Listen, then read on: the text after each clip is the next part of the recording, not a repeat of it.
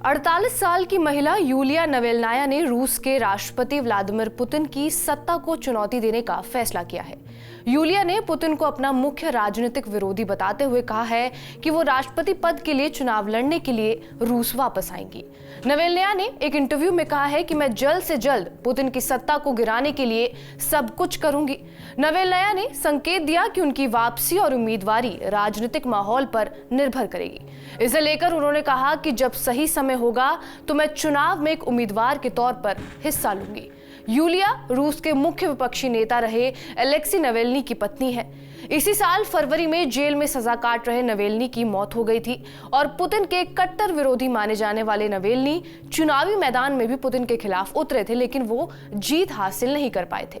बावजूद इसके वो पुतिन के लिए बड़ा खतरा बने हुए थे, क्योंकि रूस के नागरिक नवेलनी को विरोध की मजबूत आवाज मानते थे।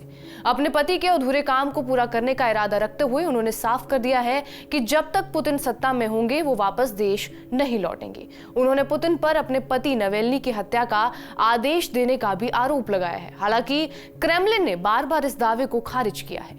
रूस में पुतिन को चुनौती देने वाले दुश्मनों की मौत अक्सर विवादास्पद रही है।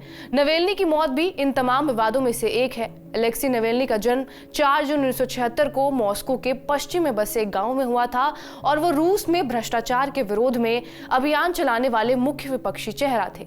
अगस्त 2020 में नवेलनी को साइबेरिया में नोविचोक नर्व एजेंट नाम का जहर दिया गया था, लेकिन इस हमले से बचने में वो कामयाब रहे।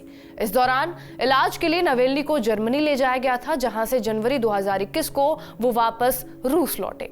रूस लौटते ही नवेलनी को गिरफ्तार कर लिया गया और एक मामले में उन्हें 19 साल की सजा सुनाई गई। जेल में रहने के दौरान ही 16 फरवरी 2024 को अचानक नवेलनी की तबीयत बिगड़ी और उनकी मौत हो गई।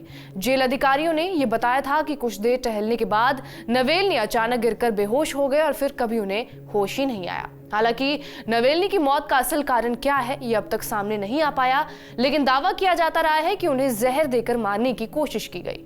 नवेलनी की मौत से ही रूस में विपक्षी आंदोलन में खालीपन सा महसूस किया जाने लगा। बिखरे हुए विपक्षी नेताओं को एकजुट करने वाला अब तक कोई भी सामने नहीं आया था, लेकिन नवेलनी की पत्नी यूलिया ने अब संकेत दे दिए हैं कि वो रूस के राष्ट्रपति व्लादिमीर पुतिन की सत्ता को चुनौती देंगी। लेकिन इसी साल मार्च में चुनाव जीतकर व्लादिमीर पुतिन 5वीं बार रूस के राष्ट्रपति बने हैं और फरवरी 2022 से जारी युद्ध के बावजूद भी उन्हें 87% वोट मिले हैं। ऐसे में देखना यह अहम होगा कि रूस से बाहर रहकर यूलिया कैसे विपक्ष को एकजुट करके पुतिन की सत्ता को चुनौती देंगी। बहरहाल आपका इस खबर पर क्या कुछ कहना है हमें कमेंट बॉक्स में जरूर बताएं। बाकी देश और दुनिया की तमाम बड़ी खबरों के लिए बने रहिए हमारे साथ TV9 डिजिटल पर।